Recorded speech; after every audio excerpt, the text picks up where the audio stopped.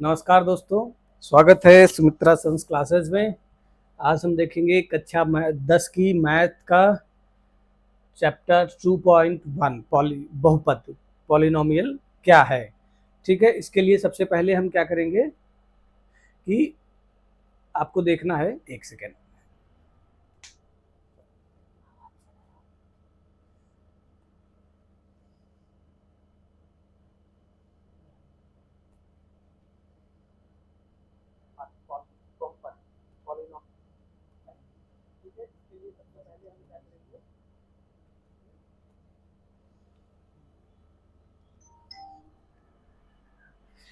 ठीक है, तो प्रश्नावली 2.1, उससे पहले हम बहुपद के जो नियम है प्रश्नावली 2 के, वो किस बेस पर आधारित है वो हम देखेंगे। ठीक है, बाकी शाम को कक्षा 9:30 या 10 बजे के बाद रेगुलर क्लास होगी आपकी। जो भी लोग लाइव कक्षा 10 का बोर्ड है इस बार वो ज़रूर देखें, क्योंकि लेट इसलिए हो जाता है, ऑफिस आने के बाद हम शुरू करते हैं, इसलिए लगभग 8:30-9 के आसपास हमारी क्लास शुरू हो पाएगी। ठीक है, बाकी हम देखते हैं, पहले अपने कॉन्सेप्ट पे पहुँचते हैं। बहुपद क्या है, सबसे पहला समझना है कि बहुपद क्या है। कोई भी जो पद है, बहुपद कैसे है, जैसे पी एक्स बराबर ऐसे कोई इक्वेशन है, चाहे वो लीनियर फॉर्म हो, ये है, या द्विघात समीकरण है, इसको एक फंक्शन से डिनोट कर देंगे। पी एक्स, पी मतलब ये पूरा, और एक्स मतलब जो इसके अंदर चर पद है उसको लिखेंगे, वो पूरा फंक्शन होगा। जैसे एक्स क्या है, पी एक्स आ गया, तो जहां पर पी एक्स जो बहुपद है, एक्स की जगह हम कोई वैल्यू लिखेंगे तो उस पूरे पद की हम वैल्यू निकाल सकते हैं कि इस फंक्शन की जो पॉलिनोमियल है इसकी क्या वैल्यू होगी पहले। ठीक है, बहुपद, अब इसके जानते हैं कि बहुपद कितने प्रकार के होते हैं या क्या रूल होते हैं। पहले बहुपद की घात। ठीक है, किसी बहुपद px में चर की सबसे बड़ी घात को उस बहुपद की घात कहते हैं। चर मतलब जो कॉफिशिएंट वेरिएबल है, x है, y है, z है, इसकी सबसे बड़ी घात क्या है, वो उस पर जो बहुपद की है वो घात कहलाती है। जैसे जब घात क्या होगी, रैखिक होगा, रैखिक लीनियर पॉलिनोमियल। लीनियर मतलब जिस बहुपद की घात एक होती है उसे क्या कहते हैं, रैखिक बहुपद कहते हैं। एक एक्स की घात जिसमें एक हो, ठीक है, एक्स या कोई कोफिशिएंट जैसे 2z-3 या 4y-4 ऐसे करके, या +4 ऐसे करके, जो y जो है चर पद है इसकी घात जब एक होगी तो वो क्या होगा, रैखिक बहुपद होगा। जैसे रैखिक समीकरण, द्विघात समीकरण, रैखिक समीकरण हम क्या देखते थे कि 2x बराबर 5 बराबर 0, तो हमें x का कोफिशिएंट निकालना है, तो कैसे निकालते थे हम, ये रैखिक है, 2x + 5 बराबर जब 0 होता है तो हम कैसे करते हैं, 2x बराबर ये प्लस का 5 है, इधर बराबर बराबर के उस तरफ जाएगा तो इसका माइनस का हो जाएगा, फिर x बराबर क्या होगा, माइनस का 5/2 हो जाएगा। इस प्रकार से जो हम लीनियर इक्वेशन के x की वैल्यू निकालते थे, अब इसको पॉलिनोमियल में हम बराबर x करके 0 बराबर 0 करके x की वैल्यू निकालेंगे। ठीक है, आगे देखते हैं कि दूसरा क्या है। जब द्विघात हो, पॉलिनोमियल, क्वाड्रेटिक पॉलिनोमियल, दो घात दो वाले बहुपद को द्विघात बहुपद कहते हैं। इसका व्यापक रूप ax² + bx + c होता है। ये द्विघात समीकरण है, जिसकी घात दो हो वो द्विघात है। द्विघात मतलब जिसकी घात दो हो, तो ये द्विघात पॉलिनोमियल है। ठीक है, क्या होगा, ax² + bx + c, ये क्या होती है, स्टैंडर्ड इक्वेशन होती है। इससे जैसे हमें कहा गया, कोई इक्वेशन दी गई 3x² + 4x + 5 बराबर 0। ठीक है, ये क्या है, द्विघात समीकरण। क्यों, क्योंकि इसमें जो वेरिएबल चर है उसकी सबसे बड़ी घात क्या है, 2 है, तो ये द्विघात समीकरण हो गया। अब हम क्या करेंगे, इससे जो स्टैंडर्ड इक्वेशन होती है उससे हम इसकी कंपेयर करके ए बी सी के वैल्यू निकाल सकते हैं। कैसे, ए यहाँ पर है, x² का गुणांक है ये। अब कक्षा 9 में अगर आप बहुपद पढ़ते तो पूरा उसमें डिफाइन किया गया है कि गुणांक क्या होता है, चर क्या है, अचर क्या है, ये सब बताया गया। तो जैसे मान लिया गुणांक क्या होता है, जैसे हम ये x² के बगल में जो इसको लिखा है वो पॉइंट में, जैसे 5 × x लिखा है x², तो जो x के बगल में मल्टीपल में वो x² का गुणांक है। गुणांक मतलब गुणा में जो लिखा है वो उसका गुणांक हो गया। जो x के गुणा में लिखा है वो उसका गुणांक हो गया x का। और जो अचर है c, जो वो वैल्यू है वो सीधे उसकी अचर की वैल्यू है, कंपेयर कर लेंगे। कैसे, जैसे a का स्क्वायर, ax² है तो x² का गुणांक a है, इधर x² का गुणांक कितना है, 3, तो इसका मतलब a बराबर कितना हो गया, 3 हो गया। वैसे bx, ये खाली x है, इसका गुणांक क्या है b, और यहाँ पर x का गुणांक क्या है 4 है, तो b बराबर कितना हो गया 4 हो गया। अब ये अचर पद है c, यहाँ पर 5 है, अगर 5 क्योंकि अगर माइनस होता -5, स्टैंडर्ड इक्वेशन में क्या है प्लस का, माइनस है तो हम इसको माइनस वैल्यू c बराबर माइनस का 5 ले लेंगे। ठीक है, ये द्विघात समीकरण होता है, इससे हम x y के वैल्यू ज्ञात करते हैं। ये घात वाला हमें जब पॉलिनोमियल निकालना है बहुपद, पॉलिनोमियल जब द्विघात है तो उस बहुपद की घात कितनी हो गई 2 घात हो गई, और जब रैखिक होगा रैखिक बहुपद तो उसकी घात कितनी हो गई 1 हो गई। अब त्रिघात बहुपद क्यूबिक पॉलिनोमियल, जब 3 घात हो, क्यूब मतलब पावर 3 हो, तब क्या होता है घात 3 वाले बहुपद को त्रिघात बहुपद कहते हैं, जिसमें घात 3 है, जैसे a X cube plus B X square plus C X plus का d बराबर 0। अब जैसे इसकी जो सबसे बड़ी घात है x वेरिएबल की चर पद की 3 है, इसलिए ये त्रिघात बहुपद हो गया। ठीक है, क्यूबिक पॉलिनोमियल हो गया ये। अब अगर आपको कहा जाए कि ऐसा कोई त्रिघात समीकरण दिया है, बहुपद दिया है, आप कोई भी सी की वैल्यू निकालने को कहा जाए, तो जैसे मान लिया 4x क्यूब प्लस का 5x स्क्वायर प्लस का 7x प्लस का 9 बराबर 0, तो हम x क्यूब का गुणांक x क्यूब का गुणांक 4 सीधे हो गया, तो a बराबर 4 हो गया। b बराबर क्या हो गया, x स्क्वायर की गुणांक 5 है तो 5 हो गया। x का क्या हो गया, c बराबर क्या हो गया, x का गुणांक c है, इधर x का गुणांक 7 है, और d बराबर 9 हो गया। सीधे हमने कंपेयर कर लिया। अब अगर हम इसमें माइनस लेते हैं तब क्या होगा, जैसे -4x क्यूब प्लस का 6x स्क्वायर माइनस का 5x माइनस का 7 बराबर 0। देखिए जो स्टैंडर्ड इक्वेशन है उसमें सब कहीं प्लस है, जब सब कहीं प्लस है तो जो हम कंपैरिजन के लिए लेंगे उसके अगर माइनस में है तो हम उसको साथ में लेंगे। क्यों, क्योंकि जैसे ये लिखा है तो इसको ऐसे लिख सकते हैं -4 ऐसे x क्यूब, और यहाँ पर प्लस है, तो जो a की वैल्यू आ गई वो क्या आ गई, a बराबर -4 आएगा।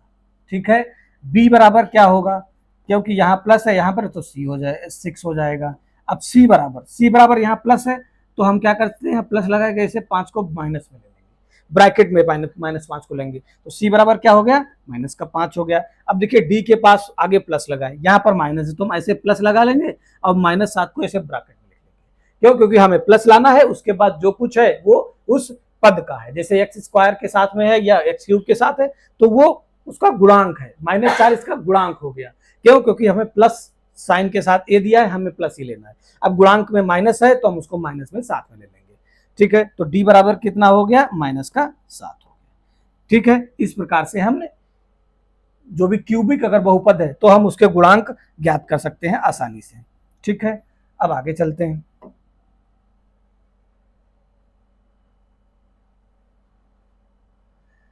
बहुपद का मान और शून्यक, देखिए value and zero of a polynomial. बहुपद का मान, यदि px में x की जगह कोई वास्तविक संख्या k रख दी जाए तो मिलने वाले परिणाम को बहुपद का x बराबर k पर मान कहते हैं, जिसे pk से दर्शाते हैं। मतलब क्या हुआ, जैसे हमने px बराबर लिखा x square plus 3x plus 5।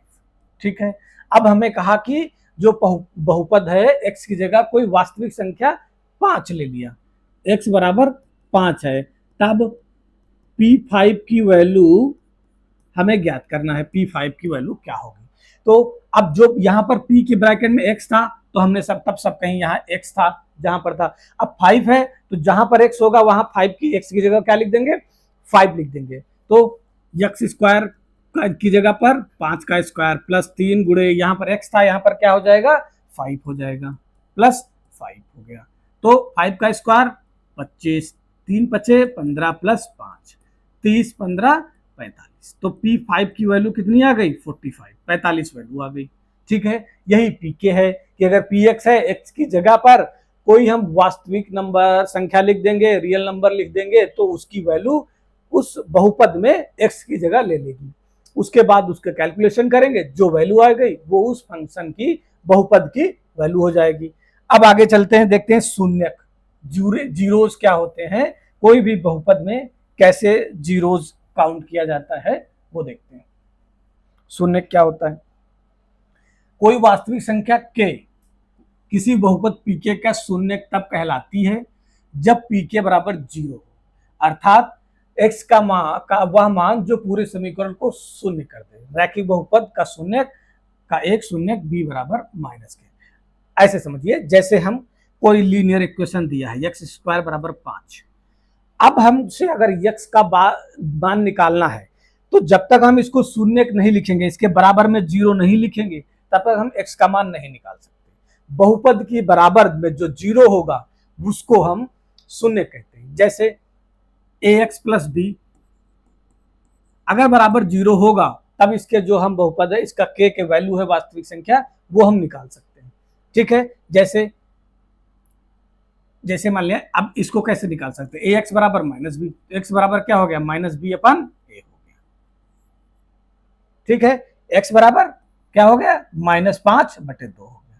इस प्रकार से जो उसके बहुपद के बराबर में लाके जो 0 है p के बराबर, उस 0 की मदद से हम जो भी होगा उसके बहुपद के जो मान है वो निकाल पाएंगे जब हम बहुपद के बराबर में 0 लेंगे। ठीक है, आगे देखते हैं ज्योमेट्री के अर्थ में, ज्योमेट्री के सेंस में मीनिंग ऑफ जीरोज क्या है।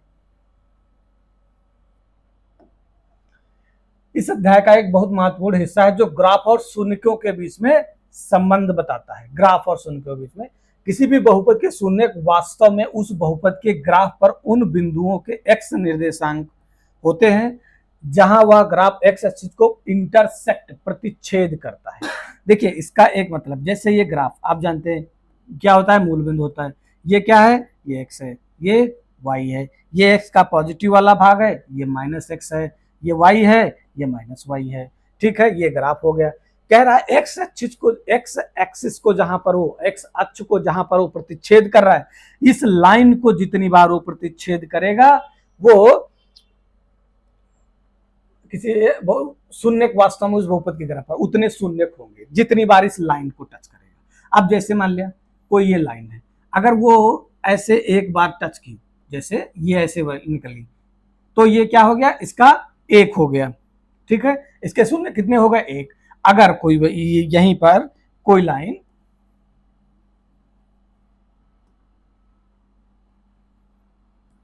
दो बार ऐसे जाके ऐसे हुई, फिर ऐसे हो गई, तो कितनी बार इंटरसेक्ट कर दिया, 1 2 3 बार, तो उसके शून्य कितने हो गए, 3 हो गए। इस प्रकार से शून्यकों की हम वैल्यू ग्राफ के रूप में, ज्योमेट्री के रूप में देखते हैं। ठीक है, जैसे अब ये है कोई लाइन ऐसे जो एक्स एक्सिस को टच नहीं करती, तो उसमें कितने शून्यक हो गए, 0 हो गए। क्यों, क्योंकि एक्स एक्सिस को वो टच नहीं कर रही है।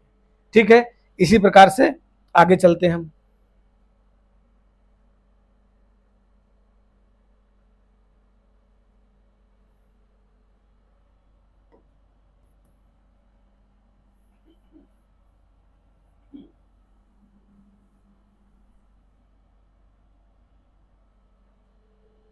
ठीक है, रैखिक बहुपद का ग्राफ ax प्लस बी एक ग्राफ, एक सीधी सरल रेखा होती है। यह रेखा एक्स एक्सिस को केवल एक बिंदु पर काटती है, इसलिए रैखिक बहुपद को केवल एक शून्यक मिलता है, एक बिंदु पर काटती है। जैसे मान लिया ये कहीं पर ऐसे काट दी, एक बार एक्स एक्सिस को काटी, तो इसमें कितने हो गए, एक शून्यक होगा इस रैखिक जो है बहुपद में।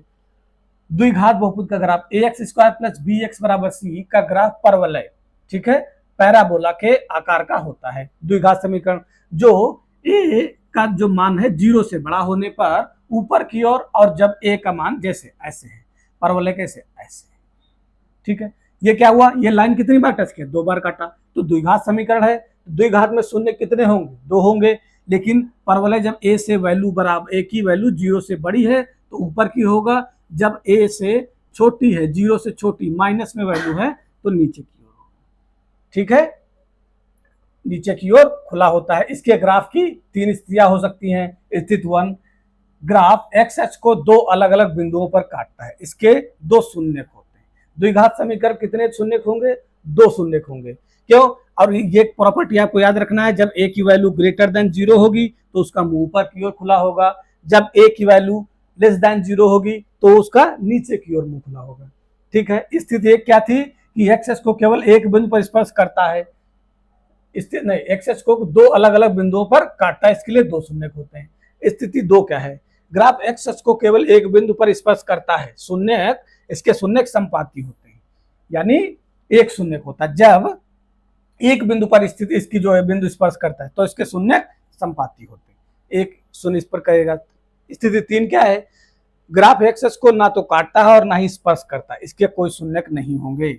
जब ग्राफ जो होगा एक्स अक्ष को ना तो काटता है ना ही स्पर्श करता है, मतलब तो क्या स्थिति हो सकती है, ना काटता है ना स्पर्श करता है एक्स अक्ष को, तो इसका मतलब ऐसे कोई लाइन होगी। ये स्थिति 3 हो गई। निष्कर्ष, किसी द्विघात बहुपद के अधिकतम 2 शून्यक हो सकते हैं। अधिकतम कितने हो सकते हैं, 2 शून्यक हो सकते हैं।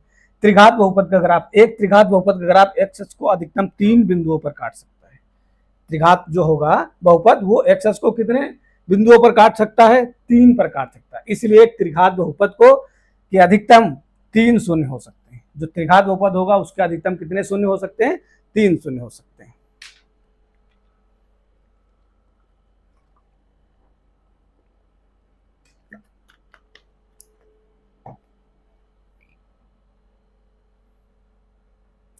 अब हम प्रश्नावली देखेंगे। प्रश्नावली आपकी क्या कह रही है, हम अभी सिर्फ ये प्रश्नावली जो आपकी एनसीईआरटी में दी गई है एक्सरसाइज सिर्फ यही कर रहे हैं, लेकिन इसके बाद हम जो भी एग्जाम्पलर की एनसीईआरटी के क्वेश्चन दिए जाते हैं वेबसाइट पर हम वो सारे करेंगे। उसके बाद हम प्राइवेट जो बुक्स हैं बाकी वहां से लाके भी प्रैक्टिस क्वेश्चन करेंगे हर एक चैप्टर के अलग अलग। लेकिन उससे पहले हम कॉन्सेप्ट क्लियर करा रहे हैं, हर एक चैप्टर के आपको बेसिक कॉन्सेप्ट पता हो, उसके बाद हम मिक्स क्वेश्चन चैप्टर वाइज करेंगे, फिर मिक्स क्वेश्चन करेंगे एग्जाम के लिए। पहला प्रश्नावली क्या कह रहा है, प्रश्नावली 2.1, किसी बहुपद px के लिए y बराबर px है, ठीक है। नीचे ग्राफ आकृति 2.10 दी गई है। प्रत्येक स्थिति में px के शून्यों की संख्या ज्ञात कीजिए। प्रत्येक स्थिति में शून्य कितने होंगे ये आपको ज्ञात करना है, ठीक है। हमने क्या पढ़ा था कि जो ग्राफ है उसको जितनी बार वो काटेगा, एक्स अक्ष को काटेगा, वो उसका शून्य होगा। जैसे हम पहली एक्सरसाइज पहला जो ग्राफ है उसको देखेंगे। इसमें देखिए लाइन कैसी है, लाइन एकदम यहाँ पर है, वो एक्स एक्स को कहाँ पर काट रही, कहीं पर नहीं काट रही, तो इसका मतलब पहले में शून्य कितने होंगे, 0 होंगे। पहले में कितने शून्य होंगे, 0 होंगे। शून्य शून्य होंगे, आपको लिखना है तो लिख दें, क्योंकि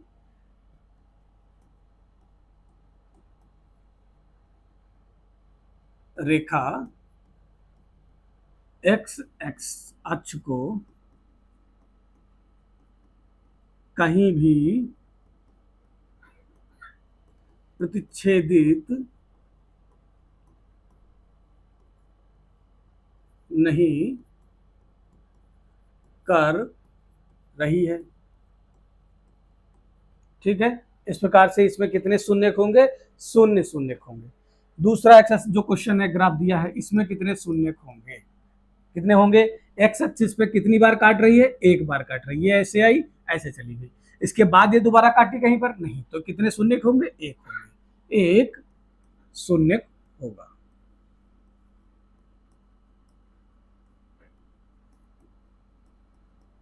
एक शून्य होगा, क्यों एक होगा, क्योंकि ये एक्स एक्सिस को सिर्फ एक बार प्रतिच्छेद कर रही है, इसलिए इसका शून्य सिर्फ एक होगा। आप लिखना चाहें लिख दीजिए, क्योंकि एक्स अक्ष को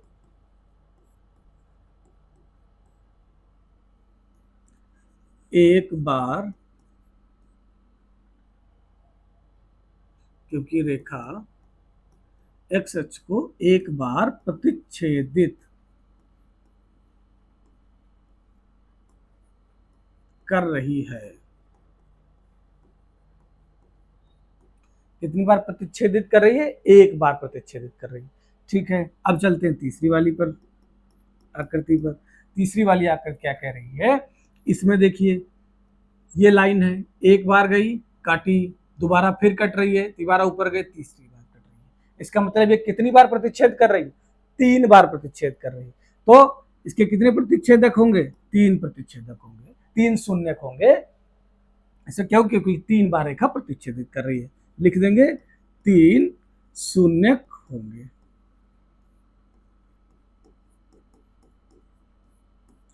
3 शून्य होंगे। क्यों,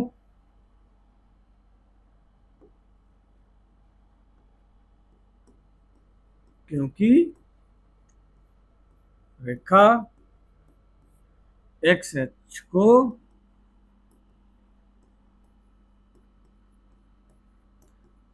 तीन बार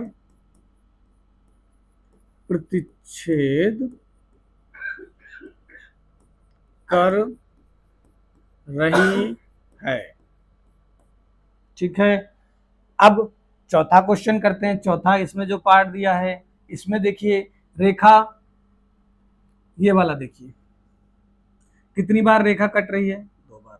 अब देखिए जो द्विघात समीकरण है वो क्या बनाता है, परवलय। दूसरी पैराबोला परवलय। दूसरी बात क्या थी, जब वैल्यू ए की ग्रेटर देन 0 होगी तो उसका मुंह किसकी तरफ खुलेगा, ऊपर की ओर। इसमें किस तरफ है, ऊपर की ओर। इसका मतलब जो वैल्यू होगी वो कैसी होगी, वो ए से बड़ी होगी। ठीक है, तो जो पहला क्वेश्चन, इसका चौथा का आंसर क्या हो जाएगा, 2। ठीक है, 2। तो कितने शून्य हैं, 2 शून्य हैं,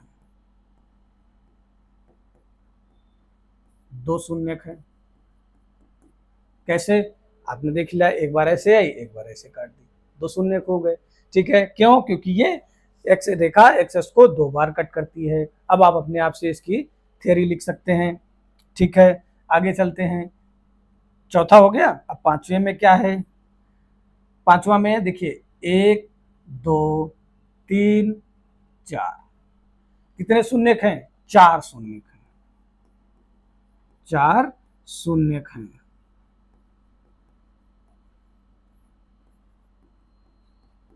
चार शून्य हैं क्योंकि रेखा कितनी बार कट कर रही है, 1 2 3 4, इसलिए 4 शून्य हैं। रेखा एक्स अक्ष को 4 बार प्रतिच्छेदित कर रही है, इसलिए इसके शून्य की संख्या 4 होगी। पांचवा हो गया। अब छठा देखते हैं। छठे में क्या है, छठे में है 1 2 3 4। ठीक है, आगे टच की तो इसमें कितनी बार हो गया, 1 2 3, 1 2 3, इसमें 3 है, 3 शून्य होंगे।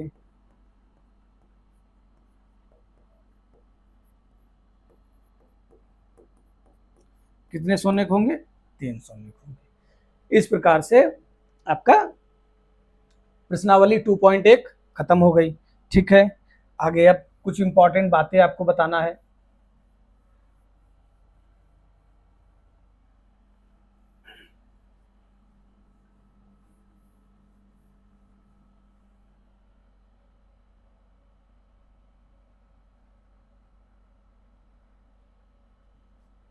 देखिए जो बोर्ड एग्जाम है,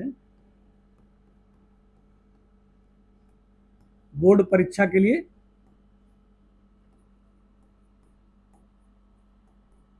जो स्ट्रैटेजी क्या होनी चाहिए, देखिए 70 नंबर का आता है, पूर्णांक कितना है, 70 नंबर का। ठीक है, जो खासकर यूपी बोर्ड के बच्चे, जो खासकर जैसे ग्रामीण इलाके या जिनकी तैयारी कक्षा 9 की मैथ बहुत अच्छी नहीं रही, उनके लिए क्या करना है, सबसे जो स्ट्रेटजी हमारी हम जो आपको प्रेफर करेंगे, पहले आप पूरे नोट्स बनाइए, हर एक चैप्टर के सारे कॉन्सेप्ट नोट्स बनाइए, जो एनसीईआरटी में आपके सारे कॉन्सेप्ट दिए गए हैं। ठीक है, कॉन्सेप्ट अच्छे दिए गए हैं, कोई भी जो प्राइवेट बुक होगी उसमें एक्स्ट्रा कोई कॉन्सेप्ट नहीं दिया है, सारा जो कक्षा 10 की मैथ डिसाइड की गई है, ठीक है, एनसीईआरटी के द्वारा उतनी मैथ है सारे चैप्टर्स में। बस फर्क क्या होता है कि जैसे आपकी प्रश्नावली 2.1 में क्वेश्चन कितने थे, 1 के 5-6 पार्ट थे, लेकिन अभी प्राइवेट बुक उठाएंगे तो उसमें हो सकता है 10 क्वेश्चन हो, 10 में 4-4 हो, तो वही आपको 40 क्वेश्चन की प्रैक्टिस हो जाएगी। इसमें आपको सिर्फ 6 क्वेश्चन की प्रैक्टिस हुई, मतलब 6 जितने टाइप थे सबके टाइप का एक एक क्वेश्चन आपको मिल गया। आपको क्या करना है, सबसे पहले सारे नोट्स बनाने हैं, सारे कॉन्सेप्ट के नोट, चाहे 1 नंबर से, नंबर सिस्टम से, फिर बहुपद, ऐसे करके सारे चैप्टर के शुरुआत में नोट्स बना लेंगे अच्छे से। उसके बाद हम क्या करेंगे, प्रैक्टिस क्वेश्चन कराएंगे, जो एनसीईआरटी एग्जाम्पलर से अलग से क्वेश्चन प्रैक्टिस के लिए देती है, एनसीईआरटी के जो वेबसाइट पर होते हैं, बुक में नहीं छपते वो, हम उससे सारे क्वेश्चन कराएंगे हर एक चैप्टर के। उसके बाद क्या होगा, आपका सारा जो होगा हर एक चैप्टर बहुत अच्छे से क्लियर होगा। उसके बाद जो हम बाकी जो प्राइवेट बुक्स हैं जो इंग्लिश मीडियम में अवेलेबल हैं या फिर किसी और बोर्ड से जैसे सीबीएसई या कोई एनसीईआरटी जो होगी बुक होगी प्राइवेट बुक जो सीबीएसई बोर्ड या और भी आईएससी बोर्ड से भी लेकर प्रैक्टिस कराएंगे। उससे आपका हर एक चैप्टर बहुत अच्छे प्रैक्टिस होगा। फिर हम क्या करेंगे, प्रीवियस ईयर जो क्वेश्चन है, प्रीवियस ईयर खासकर जो पेपर दिए गए हैं, क्या अनसॉल्व पेपर, अनसॉल्व पेपर कराएंगे सारे।